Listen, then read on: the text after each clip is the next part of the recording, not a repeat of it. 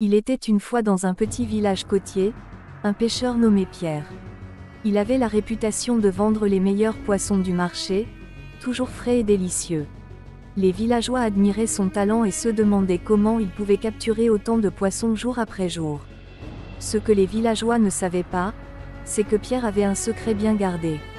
Chaque nuit, au lieu de partir en mer pour pêcher comme tout le monde le croyait, il se rendait secrètement à une rivière isolée non loin du village. Là, dans le clair de lune, il rencontrait une jeune femme mystérieuse appelée Élodie. Élodie était d'une beauté ensorcelante, et elle avait un don spécial. Quand elle se baignait dans la rivière, les poissons affluaient autour d'elle comme par magie. Pierre et Élodie avaient développé une relation singulière. Elle lui fournissait du poisson en abondance grâce à son étrange pouvoir, et en retour, il passait la nuit avec elle. Chaque matin, Pierre retournait au village avec son bateau rempli de poissons frais. Les villageois, impressionnés par sa pêche miraculeuse, ne se doutaient pas de la véritable source de sa réussite. Ils le voyaient comme un pêcheur doué et respecté, mais ils ignoraient l'existence d'Élodie et le secret de ses nuits passées loin de la mer.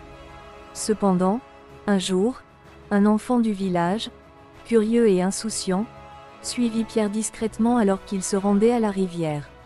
Le garçon fut témoin de la rencontre entre Pierre et Élodie, et il comprit soudain le mystère qui entourait les poissons de Pierre.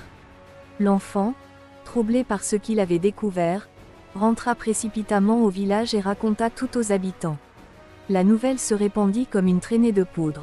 Les villageois, perplexes et indignés par la tromperie de Pierre, se rassemblèrent devant sa maison ce soir-là.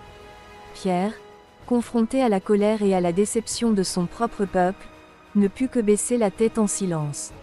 Il avait trahi leur confiance pour un avantage personnel, et maintenant, il devait en payer le prix. Élodie, prise au milieu du scandale, s'éclipsa silencieusement dans la nuit, laissant Pierre seul face à la colère des villageois. Le lendemain matin, le marché des poissons était désert. Les villageois refusaient d'acheter chez Pierre, le regardant avec mépris. Sa réputation de pêcheur respecté était ternie à jamais. Désormais isolé et abandonné, Pierre passa ses jours à errer le long de la côte, regrettant amèrement ses choix et la perte de la seule femme qui avait rendu sa vie spéciale. Ainsi se termina l'histoire du pêcheur Pierre, dont la soif de profit avait conduit à sa propre chute et à la révélation d'un amour interdit qui le condamna à la solitude.